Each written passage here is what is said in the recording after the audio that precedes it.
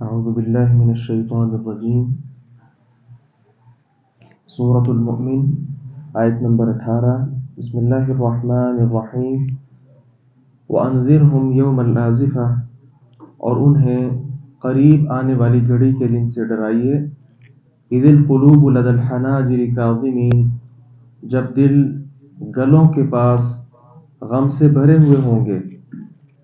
مَا لِلظَّالِمِينَ مِنْ حَمِيمٍ وَلَا شَفِيعٍ يُطَاعُ، ظالموں کے لیے نہ کوئی دلی دوست ہوگا، ولا شفیع، اور نہ کوئی ایسا سفارشی، یطاع، جس کی بات مانی جائے۔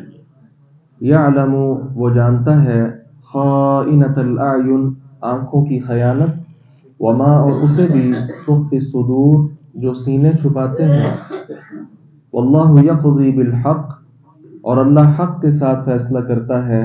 والذین یدعون من دونہ، اور وہ لوگ جو اس کے سوا کو پکارتے ہیں، لا یقضون بشیء، وہ کسی بھی چیز کا فیصلہ نہیں کرتے۔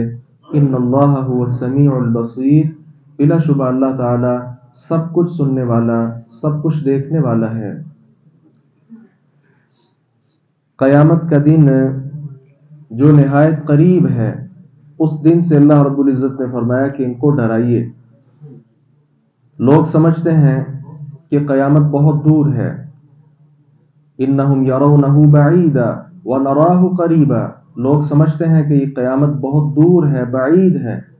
ونراہ قریبا، حالانکہ ہم اس کو قریب تصور کرتے ہیں، اور اس کے قرب میں کوئی شک ہونا بھی نہیں چاہیے، کیونکہ جو انسان فوت ہوتا ہے اس کے مرنے کے ساتھ ہی اس کی قیامت تو شروع ہو جاتی ہے۔ قبر سے اس کی آخرت کی زندگی کا آغاز ہو جاتا ہے، گویا اس انسان کی تو قیامت شروع ہو گئی۔ بہرحال یہ قیامت بہت قریب ہے، اور پھر جو اصل دن ہے قیامت کا، اس وقت صورتحال کیا ہوگی؟ بہت زیادہ غم کے ساتھ جو ظالم لوگ ہیں، ان کے جو جگر ہیں، دل، وہ گلوں کے پاس پہنچے ہوں گے۔ یہ صورت اس قدر غمناک ہوگی، نہ تو وہ دل جو گلے تک پہنچے ہوئے ہیں واپس اپنی جگہ پر آئیں گے کہ وہ سکون کر سکیں، اور نہ ہی یہ دل گلے سے باہر، منہ کے ذریعے باہر نکلیں گے تاکہ موت واقع ہو جائے۔ کوئی صورت نہیں ہوگی، یعنی ہر وقت یہ غم کے ساتھ ہی بھرے ہوئے ہوں گے۔ اور پھر ایسی صورتحال میں اللہ تعالیٰ معاف فرمائے، صورتحال اس قدر خطرناک ہوگی کہ یہ جو ظالم لوگ ہیں، ظالم لوگوں سے مراد یہاں کافر اور مشرک لوگ ہیں، یہ لوگ اس وقت اس حالت میں ہوں گے، ان کا کوئی جگری دوست نہیں ہوگا، اور نہ کوئی ایسا سفارشی ہوگا جس کی بات مانی جائے۔ سفارش کے متعلق ہم جانتے ہیں کہ دو چیزیں ہیں، اور دونوں اللہ تعالیٰ کے اذن کے ساتھ، اجازت کے ساتھ ہوتی ہیں۔ ایک تو شافع، سفارش کرنے والا، ایک مشفوع، جس کی سفارش کی جا رہی ہے۔ یہ دونوں اللہ تعالیٰ کی اجازت کے ساتھ ہوں گے۔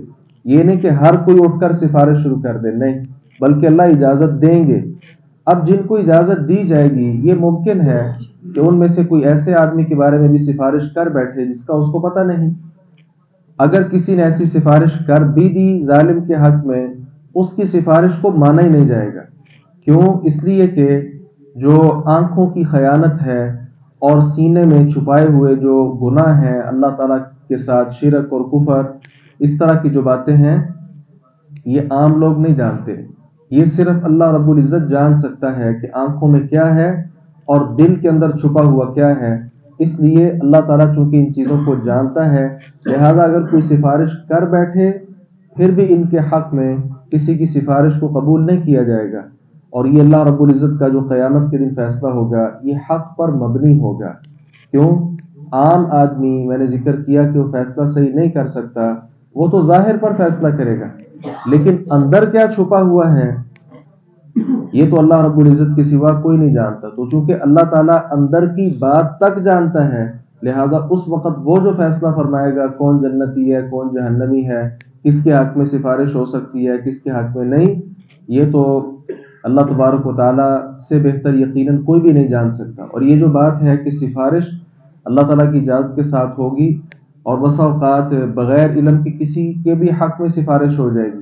آپ صلی اللہ علیہ وسلم بھی حوض کوثر پر جن لوگوں کو دور ہٹا دیا جائے گا، تو آپ ان کے حق میں سفارش کریں گے کہ ان کو میرے قریب کیا جائے۔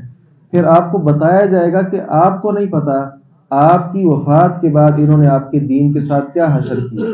جب آپ کو بتایا جائے گا تو آپ بھی اس وقت اس بات کو چھوڑ دیں گے اور دوبارہ ان کی سفارش نہیں کریں گے، بلکہ ایسے لوگوں کو اپنے حوض سے دور ہٹانے کی کوشش کریں گے. تو معلوم ہوتا ہے کہ اس وقت کچھ ایسے لوگ ہوں گے جن کو سینے میں چھپی ہوئی باتوں کا علم نہ ہو، بظاہر دنیا میں مسلمان رہا ہو، تو ایسے آدمی کا سارا جو معاملہ ہے وہ اللہ رب العزت ہی جانتا ہے.